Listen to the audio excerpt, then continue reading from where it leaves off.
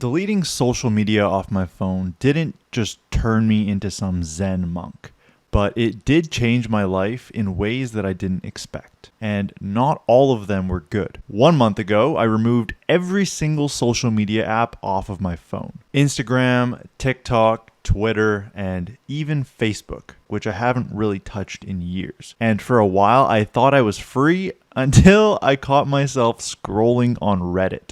So I deleted that too. We hear a lot of stories about how quitting social media can be this magical cure for your brain.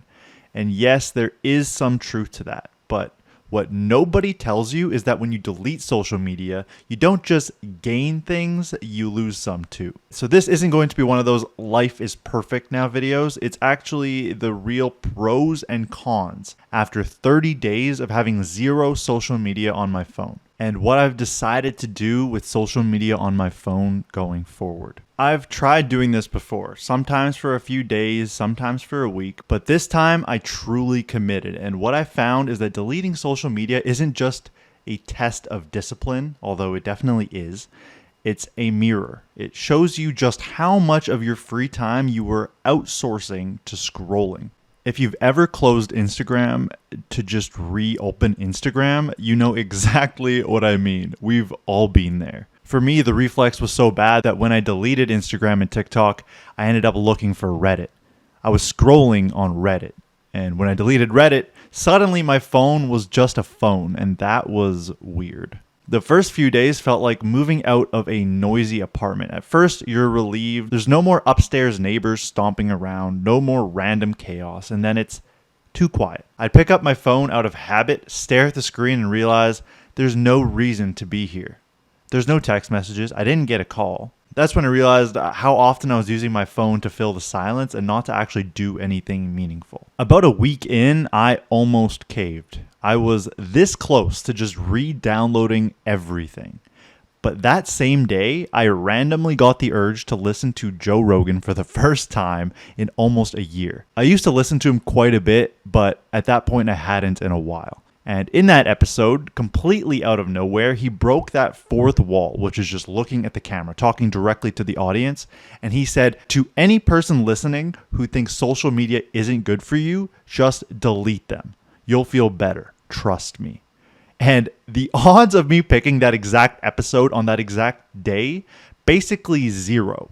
But the timing was perfect. It reinforced my decision, and honestly, it felt like a sign from God or the universe. Message received, loud and clear. Without social media constantly pulling at my attention, I could actually focus. I wasn't switching mental tabs every 5 seconds. I got more work done in less time, and I could stay locked into tasks without that constant urge to check my phone. The flip side is you miss stuff. If somebody sends you a TikTok video, you can't watch it without TikTok. I didn't know about half the memes people were quoting. Friends would reference some viral video and I'd be the guy that just was like, what? Wait, what did you just say?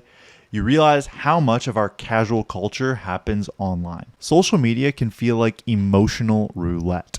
1 second, you're laughing at a dog video, and the next, you're spiraling about the news.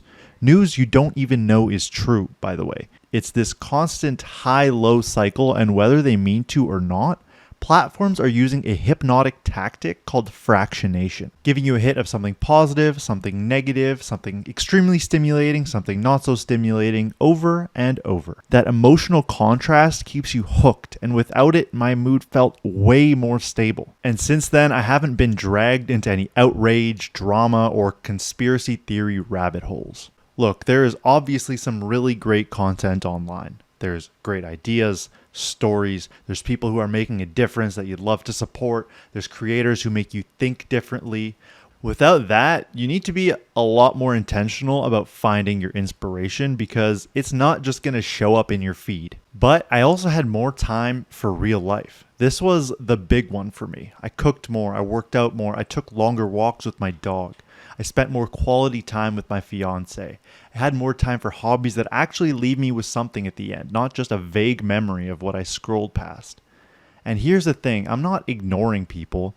Once a day, I check my Instagram DMs on my PC so I can respond to messages without being glued to the app. Nobody wants to scroll through short videos on their computer. I mean, at least I don't. It's quick, it's not habit forming, and it keeps me connected without pulling me back into the scroll. Unfortunately, boredom comes back hard. Without a constant stream of distraction you can go to, you're forced to sit with your own thoughts. And that is uncomfortable. But that might not be a bad thing. Being able to sit in boredom and in discomfort is a superpower. It's where you find your own identity. It's where you formulate your own thoughts. Otherwise, you're just taking all of the suggestions that social media is handing to you. Another great thing is that without that midnight scroll, I fell asleep faster, I slept better, and more importantly, my brain wasn't getting hijacked by this endless dopamine drip. I started craving more real-life rewards, eating a good meal, finishing a project, just sitting outside and enjoying the sun. And I just want to say that if any of this is hitting close to home, please hit that like button. You don't have to doom scroll to find it. So after a month, here's where I've landed. I'm keeping social media deleted off my phone for the foreseeable future. Sure, I feel disconnected at times, maybe a lot of times, but these apps are built to be predatory. Even after a long break, it's so easy to slip back into an endless scroll. I've opened YouTube on the browser of my phone to check how my videos were doing, and I end up clicking on a short and I don't even realize it, and I'm 6 videos deep. And this is after a month of no social media. I'd rather use my time on things that give me real-world dopamine, conversations, hobbies, actual human connection, instead of handing my attention over to some algorithm. If you're thinking about trying this, start small. Just delete one app for a week and see how it feels. You might be surprised by what you get back. And if you want more content like this, hit subscribe and join the Discord community, which is just a click away in the description below. I might not be keeping you updated on any latest trends for a while, but I can help you take back your time. Take care, everybody. We'll see you next time.